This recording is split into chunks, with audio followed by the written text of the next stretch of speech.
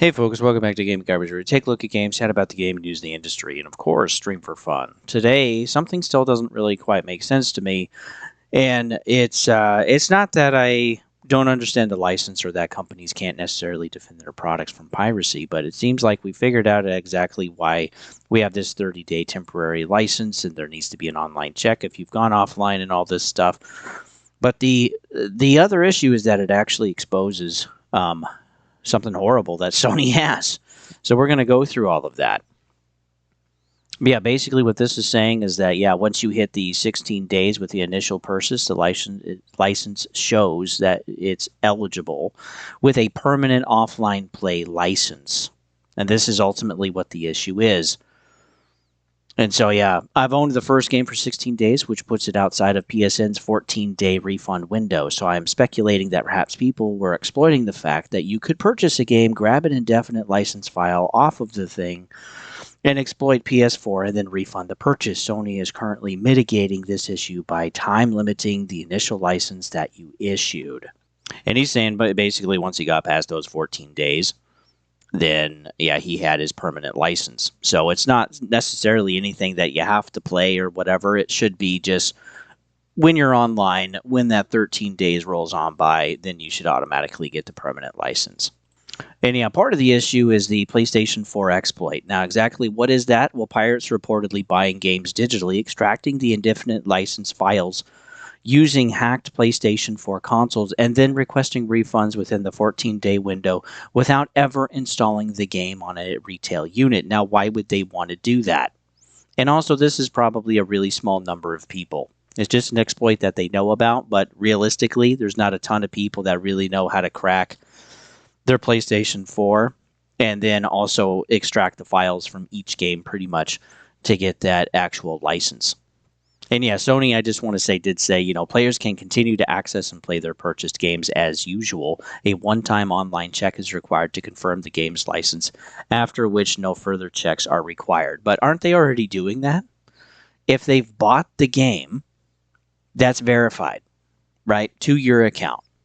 If they've played the game already, like what Spawnwave showed, that's another form of verification that in a check that has to go through. It's only when you've actually gone offline long enough or permanently, whatever, then does the 30-day window actually show up. Which then the check either has to constantly happen all the time to keep that 30-day license at bay.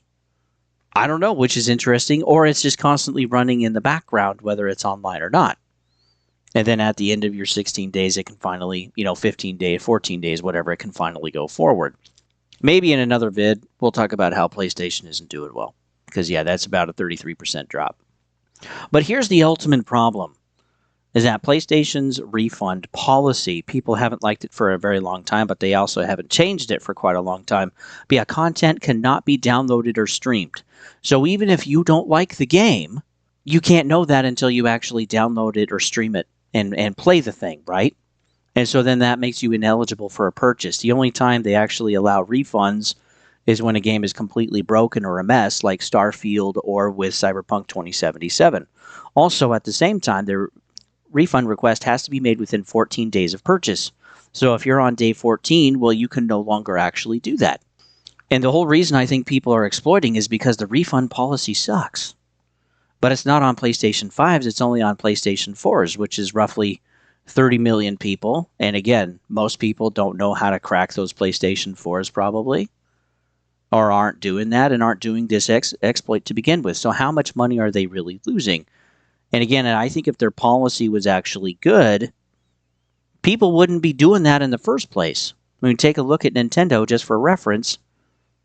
Their digital refund policy, except as authorized by Nintendo or required by applicable law, all payments that you make through Nintendo Switch account services, including pre-purchases and subscription payments, are final and non-refundable.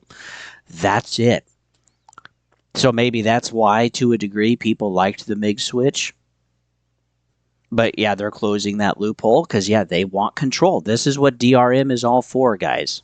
This is the whole point. They want to build a monopoly and ensure that you're stuck in it and that you pay as much money as possible and that you basically still don't own your stuff. Whether that's Steam, Nintendo, PlayStation, or Xbox, you still don't really own anything that you actually have. The only one that you do own is GOG games that are DRM free. When we take a look at Xbox, refunds for digital games are typically issued for requests made within 14 days of the game's purchase date. If you haven't accumulated a significant amount of playtime, you can make a refund request for game purchases within a 90-day period. However, not all requests will be accepted. So this is actually a good refund policy. It's actually pretty close to Steam, which people actually like. Steam is if you play basically within 2 hours, and I think within a week or 2 weeks or something, yeah, then you can request a refund. But instead what we have is this, which is leading to this.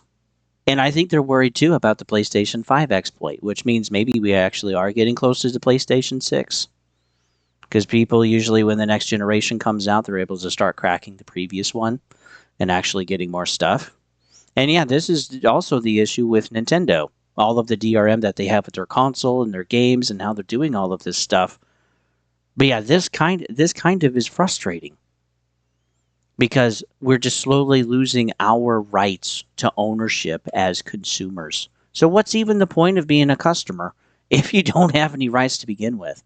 And the whole DRM thing, digital rights management, is that it is getting into everything.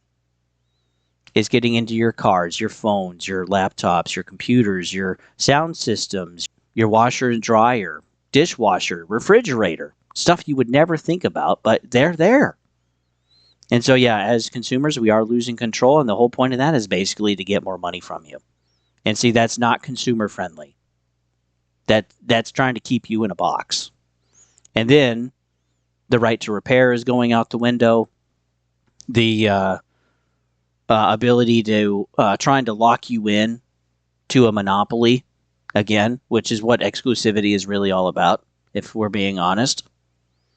Instead of actually having your games go everywhere to make more money, which is what companies have been doing in the gaming space, instead what they should be doing is making a really good product as a console and as accessories and services to actually make you want to go there. Those should be, quote, the exclusives. Helping out the player, having a player-friendly place to play. Instead of doing stuff like this, which ultimately leads to this. And then more people will continue to do this type of behavior with all companies the tighter they try to squeeze the news. So for most people, this is a non-issue. They're online, but again, I don't think they understand really what digital rights management is.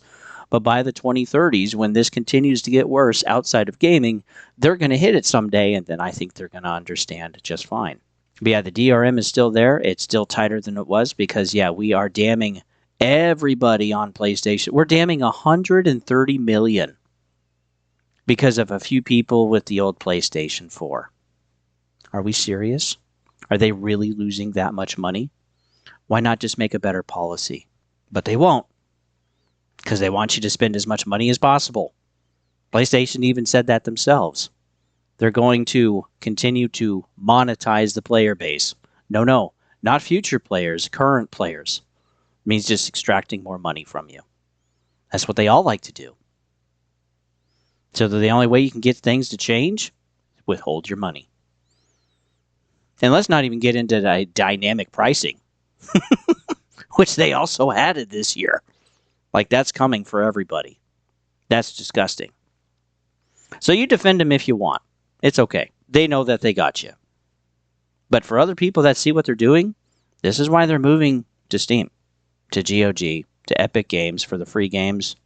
This is why a lot of people are moving to PC. And the migration from console to PC is happening. And this is why Xbox has the Project Helix in the first place. They know they can't win. It's a losing battle. So they might as well join.